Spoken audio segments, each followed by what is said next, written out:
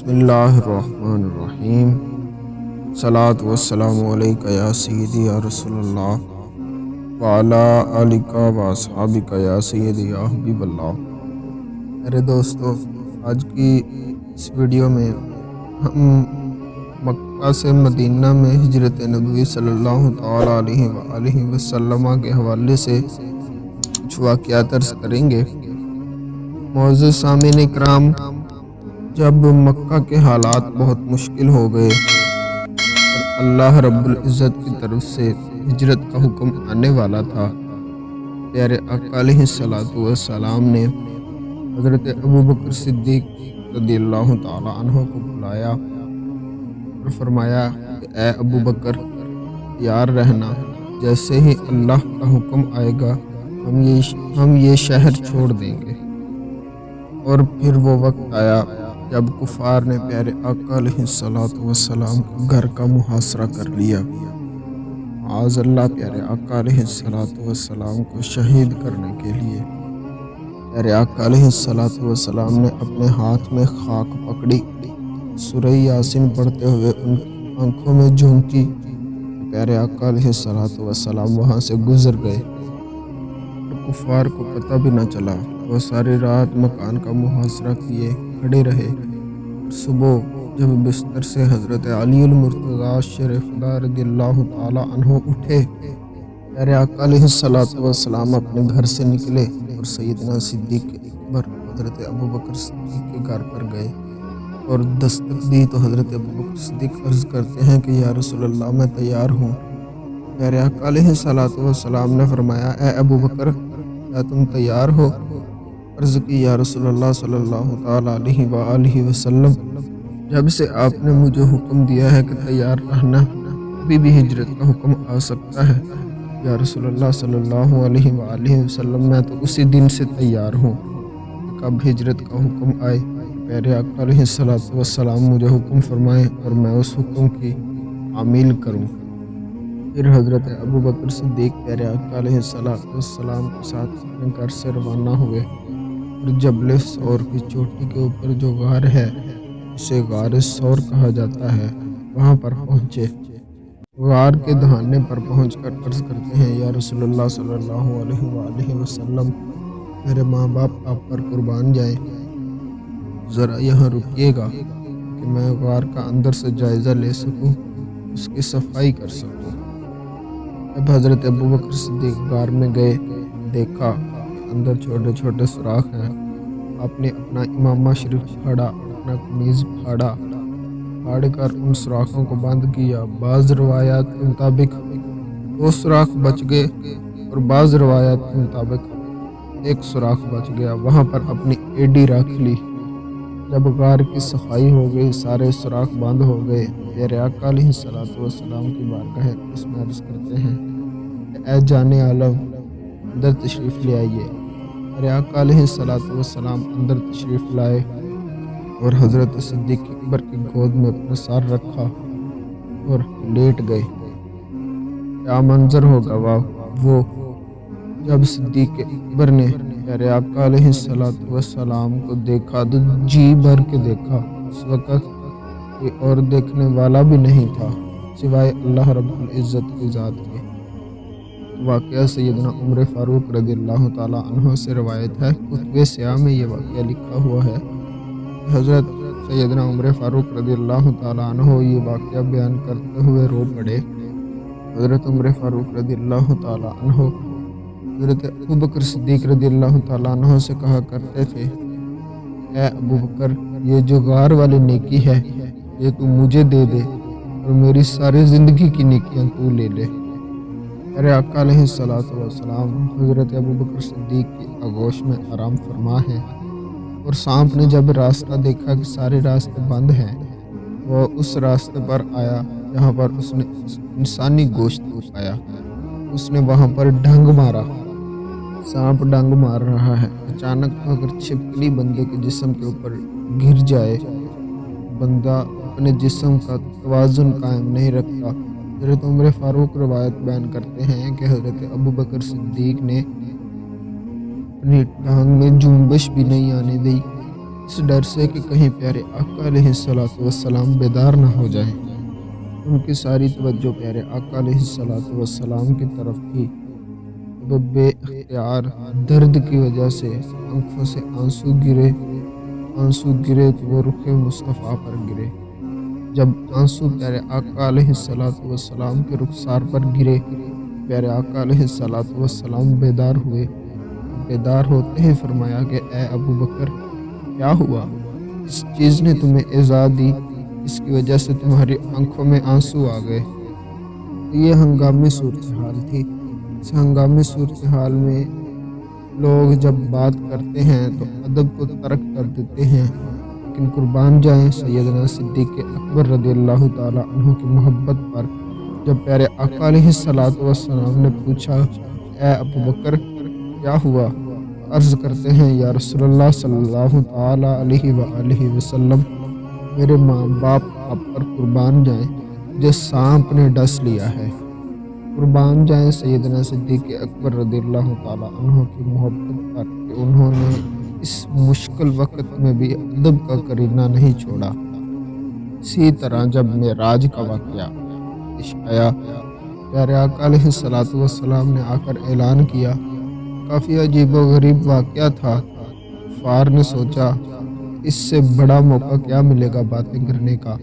وہ سیدنا صدیق اکبر حضرت ابو بکر صدیق کے پاس آئے اور آ کر کہتے ہیں کہ ابو بکر یہ نئی بات سنی ہے؟ سیدنا صدیق اکبر رضی اللہ تعالیٰ عنہ فرماتے ہیں کہ میں نے تو نہیں سنی، چلیں آپ ہی سنا دیں۔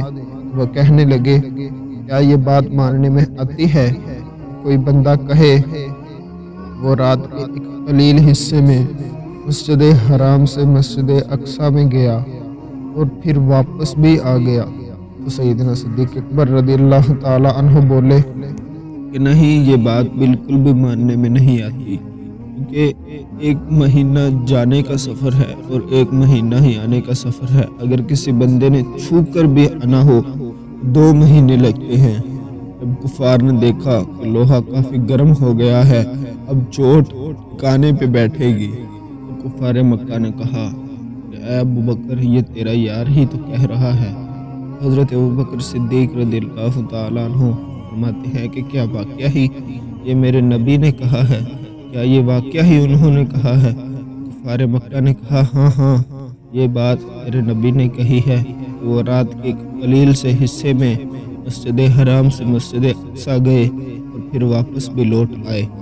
حضرت سیدنا صدیق اکبر رضی اللہ تعالیٰ عنہ فرماتے ہیں اگر یہ بات میرے نبی نے کہی ہے، میرے آقا و مولا نے کہی ہے، میں یہ بات مانتا بھی ہوں، اس کی تصدیق بھی کرتا ہوں۔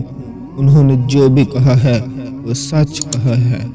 تو کفار مکہ نے کہا کہ اے ابو بکر ابھی تو تم کہہ رہے تھے کہ اگر کوئی کہے تو میں یہ بات نہیں مانتا۔ ابو بکر فرمانے لگے ہاں اگر کوئی کہے تو میں یہ بات نہیں مانتا۔ اگر پیارے آقا علیہ الصلوۃ والسلام اس سے بھی کوئی عجیب بات کرے میں اسے بھی ماننے کو تیار ہوں۔ علماء لکھتے ہیں کہ جب اس واقعہ کا پیارے آقا علیہ الصلوۃ والسلام کو پتہ چلا، پیارے آقا علیہ الصلوۃ والسلام نے آپ کو صدیق کا لقب عطا فرمایا۔ صدیق کا لفظ تصدیق سے بھی ہے۔ دوسری بات یہ کہ سیدنا صدیق اکبر رضی اللہ تعالیٰ عنہ نے ساری زندگی اپنی زبان پر جھوٹ نہیں آنے دیا۔ ان کی طبع میں صداقت رچی ہوئی تھی۔ بلکہ ایک واقعہ وہ بھی ہے کہ جب ان پر مشکل وقت آیا، جب پیارے آقا علیہ الصلوۃ والسلام کو ہجرت کا حکم ملا، اور جب سیدنا صدیق اکبر رضی اللہ تعالیٰ عنہ پیارے آقا علیہ الصلوۃ والسلام کے ساتھ عازم سفر ہوئے، تو جو مکہ المکرمہ سے مدینہ المنورہ ہے یہ شمال کی جانب ہے، اور جو غار ثور ہے یہ جنوب کی جانب ہے۔ پیارے آقا علیہ الصلوۃ والسلام نے سفر کرنا تھا مدینہ المنورہ کی طرف شمال کی جانب، تو پیارے آقا علیہ الصلوۃ والسلام شمال کی جانب نہیں گئے بلکہ جنوب کی جانب گئے، اور پھر وہاں سے پیارے آقا علیہ الصلوۃ والسلام غار ثور پہنچے اور وہاں پر 3 راتیں قیام کرنے کے بعد مدینہ المنورہ کی طرف روانہ ہوئے۔ سارے کفار مکہ ادھر شمال کی جانب جو راستہ مدینہ کی طرف جاتا ہے ادھر ڈھونڈ ڈھونڈ کر پیارے آقا علیہ الصلوۃ والسلام کو تھکتے رہے، اور پیارے آقا علیہ الصلوۃ والسلام غار ثور میں سیدنا صدیق اکبر رضی اللہ تعالی عنہ کی آغوش میں آرام فرما رہے تھے۔ اور 3 دن کے بعد جب انہیں ڈھونڈ ڈھونڈ کر کچھ نہ ملا تو پیارے آقا علیہ الصلوۃ والسلام غار ثور سے نکلے اور سیدھا مدینہ المنورہ کی جانب عازم سفر ہوئے۔ کفار مکہ نے پیارے آقا علیہ الصلوۃ والسلام کی گرفتاری پر 100 سرخ اونٹ کا انعام رکھا تھا۔ بہت سے قبائل کے لوگ پیارے آقا علیہ الصلوۃ والسلام کو اس انعام کی لالچ میں ڈھونڈنے نکلے ہوئے تھے۔ جب آپ مدینہ کی طرف عازم سفر ہوئے تو کچھ لوگ ایسے بھی تھے جو پیارے آقا علیہ الصلوۃ والسلام کو جانتے بھی نہیں تھے، لیکن انعام کے لالچ میں وہاں سے نکلے ہوئے تھے۔ تو وہاں پر ایک شخص ملا، اسے شک ہوا کہ شاید یہ وہی لوگ ہیں، تو انہوں نے حضرت ابوبکر صدیق سے نام پوچھا کہ آپ کا نام کیا ہے؟ تو حضرت ابوبکر صدیق فرماتے ہیں کہ میرا نام عبداللہ یعنی کہ ابو بکر ہے۔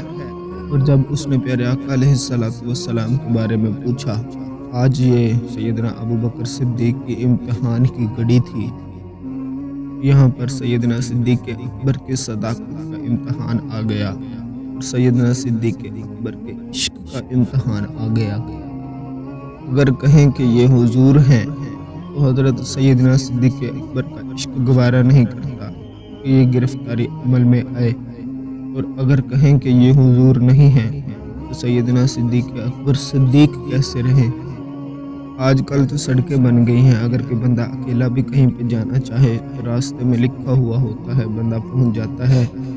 اس وقت پہاڑی علاقے تھے، اگر تو کسی نے کہیں پہ جانا ہوتا تھا یا تو وہ قافلے کی صورت میں جاتا، اگر کسی نے کوئی ہنگامی صورت میں جانا ہوتا تو وہ ساتھ میں ایک گائیڈ لیتا تھا جو اسے راستہ دکھا سکے، جسے عربی زبان میں ہادی کہتے تھے، رہنما، قائل۔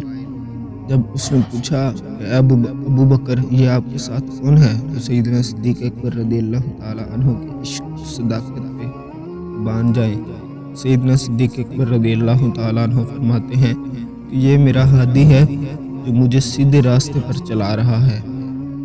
وہ سمجھا کہ شاید یہ وہ والا ہادی ہے جو کہ راستہ دکھاتا ہے، لیکن سیدنا صدیق اکبر رضی اللہ تعالی عنہ کی اپنے قلب و اطہر سے اپنے مرشد کا نام لے رہے تھے، اپنے آقا مولا کا نام لے رہے تھے۔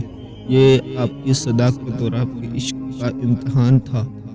پھر پیارے آقا علیہ الصلوۃ والسلام اور سیدنا صدیق اکبر رضی اللہ تعالی عنہ وہاں سے آگے مدینہ کے سفر پر گامزن ہوئے اور مدینہ منورہ پہنچ گئے۔ دعا ہے کہ اللہ رب العزت ہمیں پیارے آقا علیہ الصلوۃ والسلام سے سچی محبت کرنے کی توفیق عطا فرمائے، آپ کے اہل بیت اور آپ کے تمام صحابہ سے سچی عقیدت رکھنے کی توفیق عطا فرمائے، آمین۔ وما علینا الا البلاغ المبین۔